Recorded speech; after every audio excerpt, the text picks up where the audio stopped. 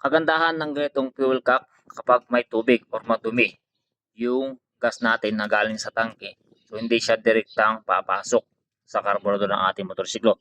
Dahil dito maasala na siya. So papailalim dito yung tubig or yung dumi dito sa baso-baso nito. So patanggalin yan, pipitin na natin pakaliwa.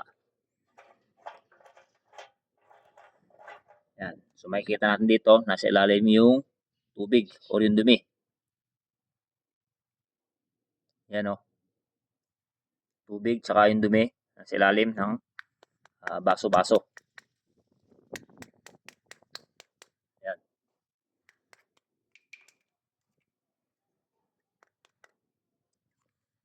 So sa mga gusto mag-order, lalagay ko yung link dyan sa comment section para makapag-order kayo.